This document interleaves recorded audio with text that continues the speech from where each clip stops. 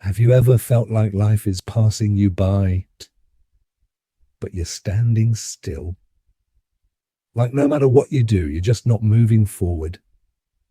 If you've ever whispered, I don't know what I'm doing with my life, this story is for you. Once there was a man named John. He wasn't poor. He wasn't failing. But he was empty. He had a job, a phone, a life, but not a purpose. At night, he stared at the ceiling, wondering, is this it? Every day felt like a loop. Wake up, work, eat, scroll, sleep, repeat. People around him moved with certainty. Goals, plans, dreams. But John, he only had questions. One weekend, without telling anyone, he left. No destination, just distance. As if his soul needed air. No phones, no traffic, no noise. Hours later, tired and unsure, he found a quiet hut. Inside, an old monk sat peacefully, like time had forgotten him. The monk looked up and gently asked, "What brings you here?" John hesitated. "I don't know. I don't know what to do with my life." The monk smiled. "Come here and sit beside me." John sat and spoke. He poured out everything. The confusion, the numbness, the noise inside. The monk just listened. No judgment, no advice. He only nodded, like he'd heard it 1,000 times before. And then, without a sermon or lecture, he held out a small pebble. After a long silence, the monk finally spoke. "Take it. Keep it with you. And every time you touch it, ask yourself only this: am I present? This stone is nothing. But if you carry it mindfully for one day, really notice its weight, its texture, you will learn something greater than advice." John didn't understand, but he took it. It was warm from the monk's hand.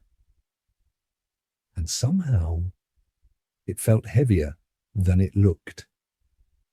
That day, John did nothing special.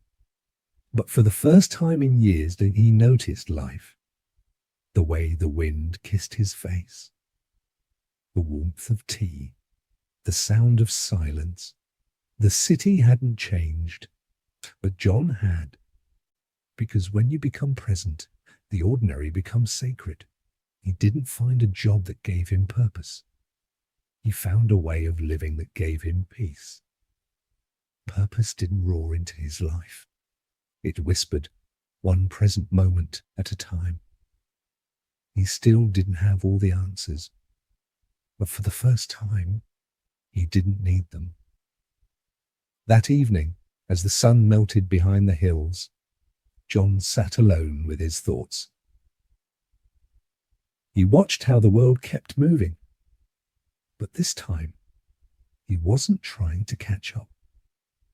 He was still. Not because he had the answers, but because he had finally stopped asking the wrong questions. The purpose he was chasing had quietly arrived. Not through force, but through presence. Not through ambition, but through alignment.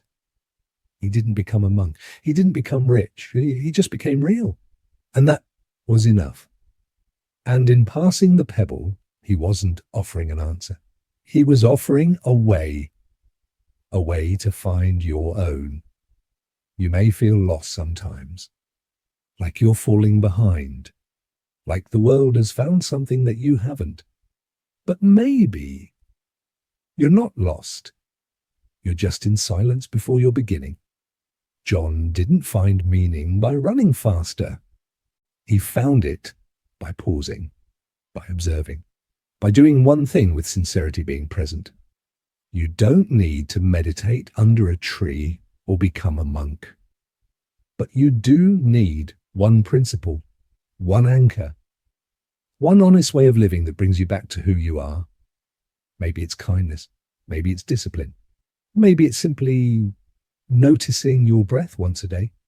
It sounds small, But that's how great lives begin, with one quiet choice. Pause. Take one breath. Choose one principle. Follow it every day like a compass. Don't search for a perfect life. Live a real one. You begin today with presence. In a world that moves too fast, and sometimes the only way forward is to slow down. This isn't just a story about a man who found his path. It's an invitation to find yours. Choose one principle. Live it. Let that be your beginning.